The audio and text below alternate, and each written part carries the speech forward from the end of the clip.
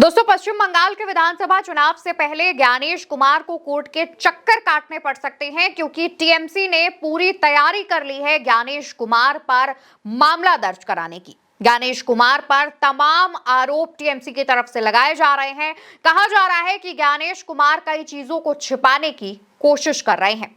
दरअसल टीएमसी का एक प्रतिनिधि मंडल दिल्ली में चुनाव आयोग के दफ्तर पहुंचता है। चुनाव आयोग से एसआईआर पर बातचीत करने के लिए 10 सदस्यीय प्रतिनिधि मंडल खास तौर पर पश्चिम बंगाल से आया हुआ था। इस दौरान टीएमसी में जो नेता हैं, ममता बनर्जी के जो भतीजे हैं, वो चुनाव आयोग से सवाल पूछते हैं। अभिषेक बनर्जी चुनाव आयोग से क्या कुछ कहते हैं, उस दौरान क्या कुछ होता है, आप खुद उनके मुंह से सुनिए। मेरे तरफ उंगली उठाने लग गया। फिर मैंने बोला you are nominated, I am elected. आपका उंगली नीचे करके बात करिए।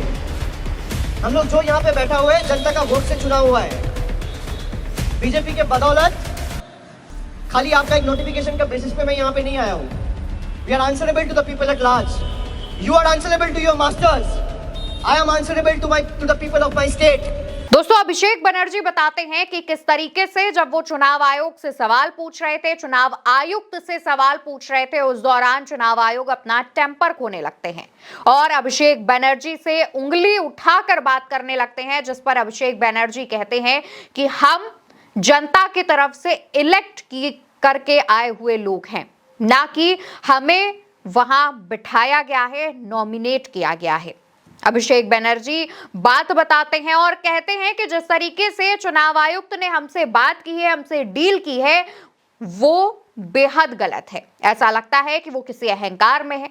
अभिषेक बनर्जी ने यह भी कहा कि अगर चुनाव आयोग को मेरे ये आरोप बेबुनियाद लगते हैं तो चुनाव आयुक्त हमारी मुलाकात की, हमारी उस बैठक की सीसीटीवी फुटेज जारी कर दे। आप उस बैठक में चुनाव आयुक्त की बॉडी लैंग्वेज से ही जान जाएंगे कि उनमें कितना अहंकार भरा हुआ है। अभिषेक बनर्जी चुनाव आयोग से मुलाकात करने के बाद जब बाहर आते हैं तो बाहर अपने तमाम सदस्यों के साथ एक बड़ी प्रेस कॉन्फ्रेंस करते हैं। इस दौरान चुनाव आयोग को लेकर तमाम खुलासे करते हैं और बताते हैं कि जब चुनाव आयोग ने एसआईआर कराया, इस दौरान तमाम लोगों के नाम कटने की बात सामने आई, तो हमने चुनाव आयोग से सिर्फ इतना कहा कि आपकी जो वोटर लिस्ट है उसमें कितने लोग बांग्लादेशी हैं, कितने लोग रोहिंग्या हैं, आप इसका जवाब हमें दे दीजिए। आप इसको लेकर के एक लिस्ट हमें सौंप दीजिए कि इतने इतने लोग जो हैं वो रोहिंग्या हैं, बांग्लादेशी हैं, इस वजह से इनका नाम काटा गया है।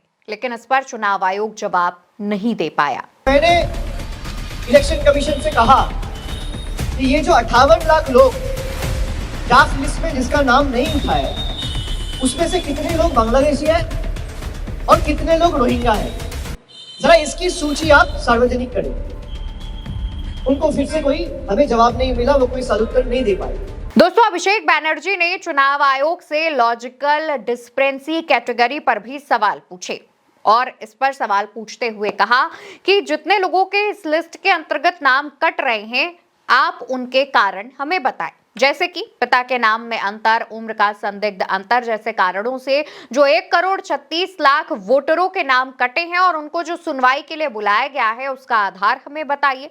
इसके साथ ही वो मांग करते हैं कि जो सीनियर सिटीजन हैं, जो कि जिनकी उम्र 60 साल से ज्यादा है, जो दिव्यांग हैं, ऐसे लोगों को सुनवाई के लिए ना बुलाया जाए, बल्कि घर पर ही उनकी प्रक्रिया पूरी की जाए।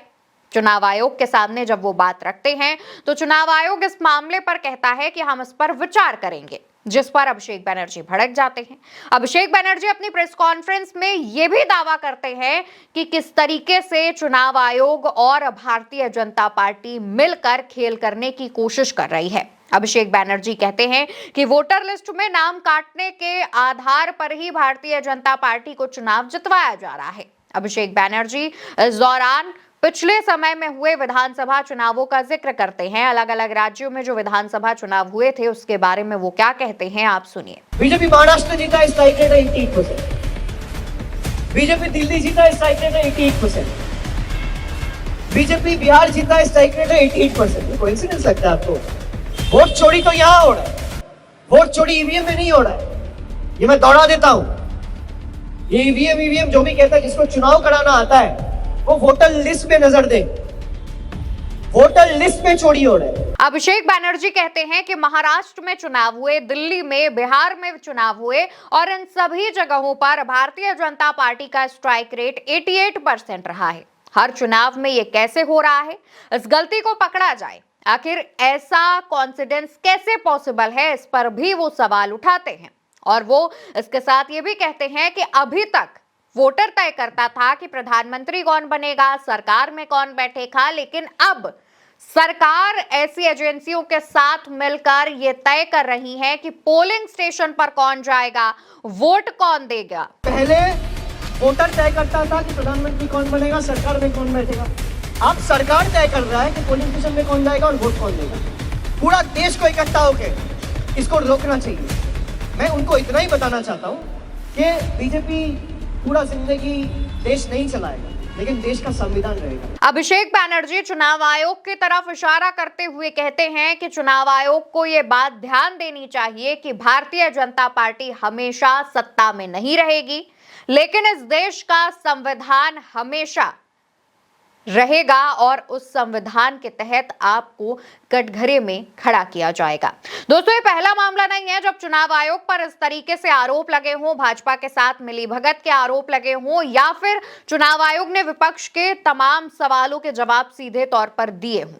चुनाव आयोग ऐसा अक्सर करता है। विपक्ष की तरफ से जो भी सवाल उठाए जाते हैं, चुनाव आयोग सीधे तौर पर उनका जवाब नहीं देता है। इस पर विपक्ष को हमेशा से ही शिकायतें रही हैं और इस बार जब टीएमसी के तमाम नेता चुनाव आयोग से मुलाकात करने पहुंचे, ममता बनर्जी के तमाम सांसद विधायक चुनाव आयोग से मुलाकात करने पहुंचे, तो उनकी भी यही शिकायत थी। अभिषेक बैनर्जी जो कि इस प्रतिनिधि मंडल को लीड कर रहे थे, उनका कहना था कि चुनाव आयोग ने उनके तमाम सवालों पर सीधे जवाब नहीं दिए। उनके मन में वोटर लिस्ट को लेकर, एसआईआर को लेकर और पश्चिम बंगाल में होने वाले चुनावों को लेकर जो संदेह था, वो संदेह हटाने की कोशिशें नहीं की, जो ये साफ बताता है कि चुनाव आयोग किस तरीके से भारतीय जनता पार्टी के सामने नतमस्तक है। बताते चले कि टीएमसी के 10 सदस्यीय प्रतिनिधि मंडल ने मुख्य चुनाव आयुक्त ज्ञानेश कुमार के नेतृत्व वाले चुनाव आयोग से मुलाकात की है और उसके बाद इस तरीके के जो आरोप हैं वो सामने आए हैं। इस प्रतिनिधि मंडल में सांसद डेरेक ओब्रायन, साकेत गोखले, कल्याण बनर्जी, रीताब्रता बनर्जी, ममलाता ठाकुर के साथ साथ अभिषेक बैनर्जी थे और पश्चिम बंगाल के तमाम सांसद, मंत्री शामिल थे।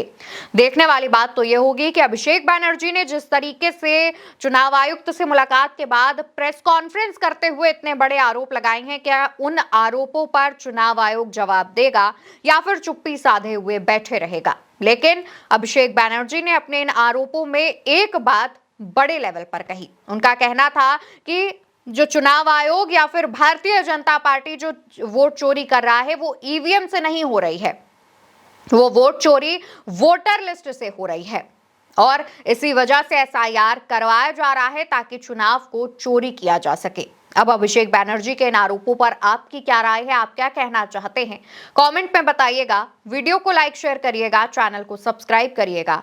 नमस्कार।